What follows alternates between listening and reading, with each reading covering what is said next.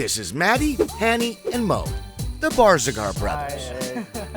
They own a successful construction company, but that's not where the story starts. We were born in Kuwait. A normal life until 1991, where the Gulf War broke out. We had to basically flee to Iran temporarily. We got back to Kuwait.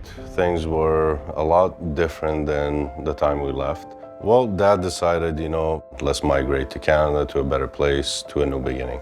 January 14th, I'll remember that day. We landed in Halifax, Nova Scotia. Well, the first step out of the airport, that cold just hits you in the face and you realize you're on a different planet. At that time, there was Mom, Dad, and 6 siblings. Their dad returned to Kuwait to rebuild the business. So we were left in a tough situation. We lived in a 2-bedroom apartment.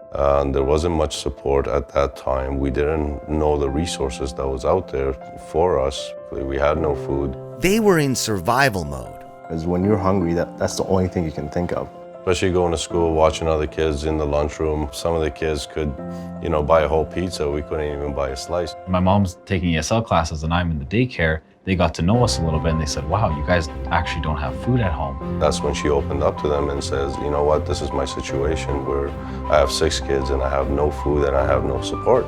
So that's when the teachers introduced her to the food bank, but there was one big problem. Mom did not have a transportation. The community stepped up. They would go to the food bank and pick it up. And I remember that was pivotal because my mom is extremely shy. She's a very humble, shy person.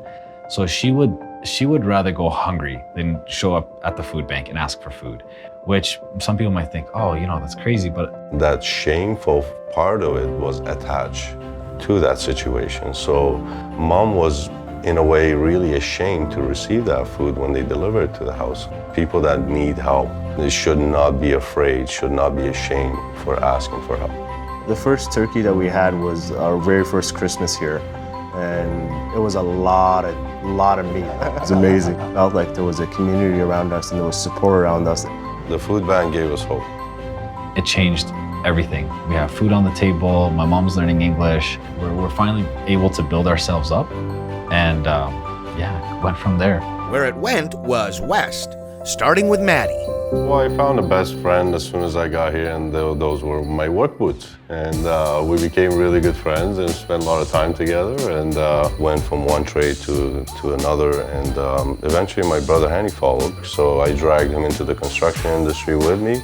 Maddie in grade 10 had to drop out to work, and Hanny finished high school and then immediately came out here. They were like, Mo, we'd love you to join us, but if you could go to school first, that'd be great. So I enrolled in a program at NAIT. I took construction engineering. It works together perfectly. We complement each other. It worked out awesome. So awesome, they started their own company. Hipco Construction. A company built on values. Values are the most important thing to us. If you focus on the people will make you successful. It's the people within the organization that will take that company to the next level. And that's just what happened, because they didn't just build a company. We've definitely built a family. Definitely. Yeah. And that got them thinking. What is it really that we want to fulfill? And we realize it's the community aspect, it's giving back. And they gave back with gusto. We're involved in Kids Up Front, we're involved in the Legion, Stollery Children's Hospital, Ronald McDonald House, the Kidney Association. We sponsor hockey teams.